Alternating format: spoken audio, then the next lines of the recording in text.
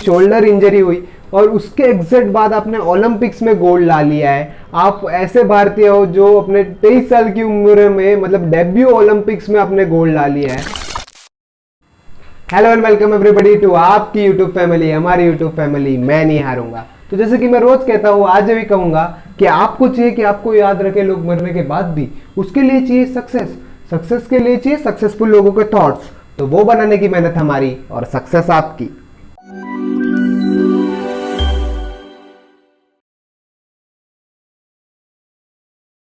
Independence day आ रहा है और भारतीय सिटीजनशिप को एक आदमी गोल्ड लाके दे, वो भी ओलंपिक्स में, उससे अच्छी गिफ्ट हो ही क्या सकती है।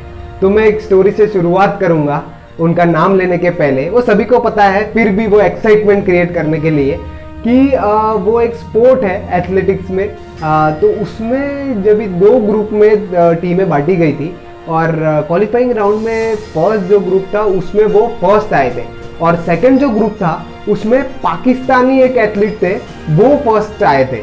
मतलब एक पहली बार पाकिस्तान भी जोश में था कि उनका भी कोई प्लेयर ओलंपिक्स में अपने क्वालिफाइंग राउंड में फर्स्ट आ रहा है, और इंडिया में भी एक अलग जोश था कि अपना एक आदमी मतलब क्वालिफाइंग राउंड में फर्स्ट आ रहा है। बट सबसे बड़ी बात और सबसे इंटरेस्टिंग बात ये हुई कि जब दोनों के इंटरव्यू हुए, हर्षद नदीम और जो मैं अपने गोल्ड बॉय की बात कर रहा हूँ उनसे, तो अपने गोल्ड बॉय से पूछा गया कि आप जिस फील्ड में हो उसमें आपके फेवरेट प्लेयर कौन से हैं?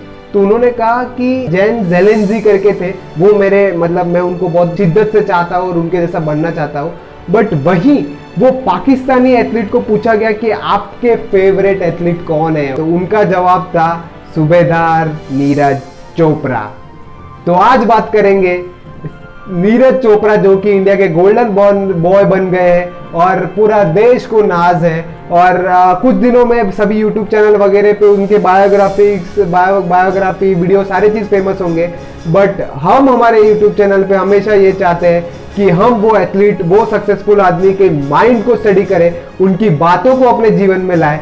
तो उनके इंटरव्यू हुआ था, उसके बारे में बात करेंगे पॉइंट वाइज।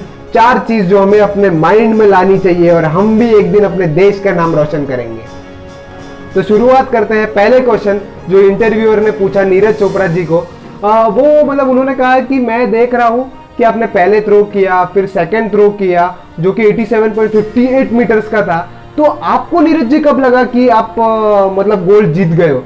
तो उस पर क्या शानदार जवाब दिया नीरज जी ने। उन्होंने क्या, देखो कॉम्पिटिशन हो या लाइफ हो, जब तक लास्ट थ्रो नहीं हो जाता सेलिब्रेट नहीं करना चाहिए। वो मतलब खुद भी कह रहे थे कि मैं तब तक सेलिब्रेट नहीं करता जब तक गेम एंड ना हो जाए। और हमारे क्रिकेट में भी आपने कमेंट्री में बहुत बार सुना होगा और बहुत बार मतलब लोग कहते हैं कि क्रिकेट का कोई भरोसा नहीं है, जब तक लास्ट बॉल ना हो जाए अपना पूरा 100% दो। तो वो ऐसे ही बोलना चाह रहे थे कि लाइफ में भी हम कई चीज़ें सक्सेस मिल जाता है, थोड़ा बहुत कहीं ना कहीं सफलता मिल जाती है तो हम सेलिब्रेट करने लग जाते हैं और वही कोई आगे हमसे निकल जाता है ज़्यादा मेहनत करके।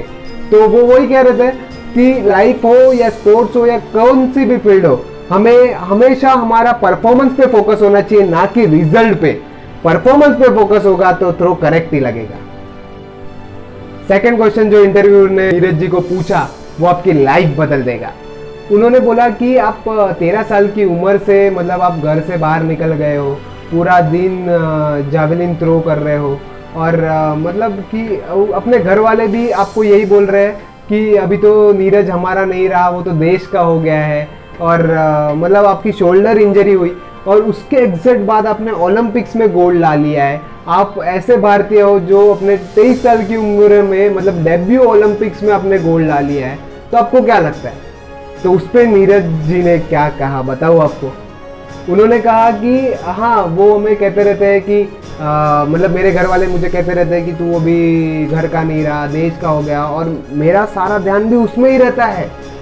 मतलब आप समझिए, एक लड़का है पानीपत का, अरे पानीपत में अपनी बात करो, अभी आज का यूथ कितना प्रेशर लेता है सारी छोटी चीज़ के लिए। मैं क्या करूँ, मेरा लाइफ में क्या हो रहा है, कुछ नहीं हो रहा है, इसके बदले वो किसी में फोकस नहीं कर पाते। अभी आप समझो कि पानीपत का एक छोटे मतलब तभी तो बहुत छोटे थे वो, 13 साल की उम्र में उन्होंने चालू किया। तो सोचो पानीपत का एक लड़का है, अभी तो यहाँ पे तो लोगों को समझता भी है कि ओलंपिक्स क्या है, ये सारी चीज़ क्या है। वहाँ पे वो कि नहीं, मैं एक भाला लूंगा और फेंकूंगा, भाला लूंगा और फेंकूंगा।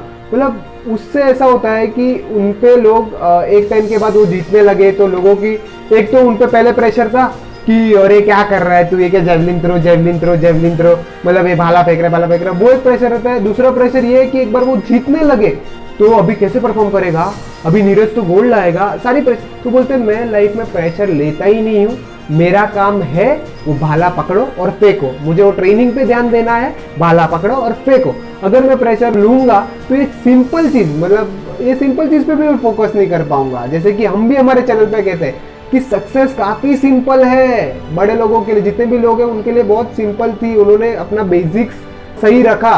और जैसे कि दूसरी चीज उनका ये एटीट्यूड था कि मैं नहीं हारूंगा चाहे कुछ भी हो जाए, इंजरी आई उनके लाइफ में, सब कुछ आ गया।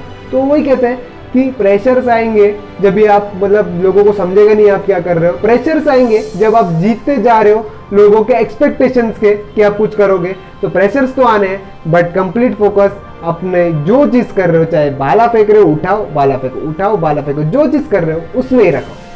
तीसरा क्वेश्चन जो इंटरव्यूअर ने पूछा कि जोश की आपकी जिंदगी में क्या अहमियत है। मतलब लाइफ में सभी लोग हर चीज जोश से चालू तो कर देते हैं, चाहे बिजनेस हो या कोई फील्ड में एक्सेल करना है या मार्क्स लाने, सारी चीज जोश से चालू तो हो जाता है, पर वो धीरे धीरे खत्म होने लगता है। तो वही कहते हैं कि नीरज जी कहते हैं कि देखो जी, जोश की लाइफ में हमेशा से ज्यादा, मतलब ज्यादा इंपॉर्टेंट होगी, क्योंकि जोश है तब तक होश है, और होश से ही बड़े बड़े काम होते हैं। यानी कि कोई भी मतलब बिजनेस हो या कुछ भी हो, होश तो होना ही चाहिए, जिससे क्या होता है कि एक वो पावर बनी रहती है। जब आप डाउन जाते हो, मतलब उनकी इंजरी हुई थी शोल्डर की, तो तभी भी मतलब आप बिखर जाते हो, कभी भी आपके लाइफ में रिलेशनशिप प्रॉब्लम्स आते हैं, सब चीज होगी क्योंकि लाइफ है। तो जोश बरकरार रखना लाइफ में बहुत इंपॉर्टेंट है, क्योंकि जोश से ही फोकस आएगा और आपका थ्रो लंबा जाएगा। तो जो अभी तक वीडियो देख रहे हैं अंत तक और आ गए 4th पॉइंट की तरफ, उनके लिए एकदम लाइफ चेंजिंग ये जो इंटरव्यू था उसका क्वेश्चन होगा। अगर और ये बेनिफिट आपको मिलना भी चाहिए कि आप इतने 3 पॉइंट इतना ध्यान से सुन रहे हो, तो ये 4था पॉइंट आप ध्यान से सुनना, आपके लिए लाइफ चेंजिंग होगा। जब इंटरव्यूअर ने नीरज जी को पूछा कि एक मैसेज, बस एक मैसेज अगर आप अपने यूथ को देना चाहते हो, अपने कंट्री के यूथ के लिए देना चाहते हो, तो वो क्या होगा?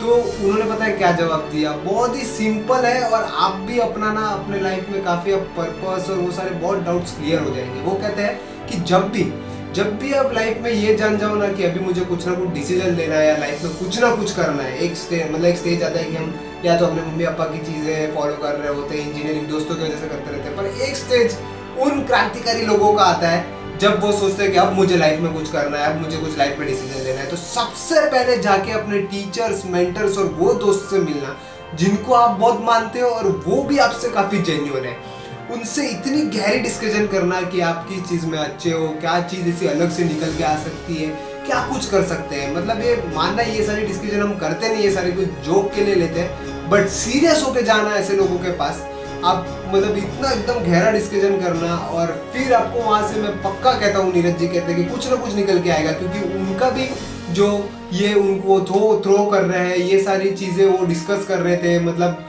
वो जब भी वो उनको पता नहीं चल रहा था कौन सा स्पोर्ट्स लूँ, तो उन्होंने बात किया, समझा, कोच ने बताया कि मतलब ये आपकी उम्र में बच्चे सिर्फ 20 मीटर फेंक सकते हैं, बड़ा 25 मीटर फेंक पा रहे हो, तो इसमें ट्राई करो। और धीरे धीरे उनका भी बन गया कुछ ना कुछ। तो मैं भी वही कहूँगा, बहुत सिंपल स्ट्रेटेजी है। जब आपके लाइफ में आपको सूझे कि आप कुछ क्रांति करनी है या देश के लिए कुछ करना है, तो यही डिस्कशन करना अपने मेंटर्स, अपने दोस्तों के साथ, और आपका वाला भी 87.53 मीटर पक्का जाएगा, उससे भी लंबा, जिससे आपका देश का नाम रोशन होगा। थैंक यू वेरी मच, धन्यवाद हमारा वीडियो हर फ्राइडे आके देखने, इतना प्यार देने को, कि हम हमेशा जोश से रहते हैं। जैसे नीरज जी कहते हैं कि अभी नया वीडियो बनाए, उनके सबके लाइफ में ट्रांसफॉर्मेशन लाए। तो वापिस मैं अंत में यही कहूँगा कि सक्सेस नहीं मिलती एक वीडियो देखने से, सक्सेस मिलती है हमारे वीडियो रोज आके देखने से, सीखने से और अप्लाई करने से। जय हिंद, जय भारत।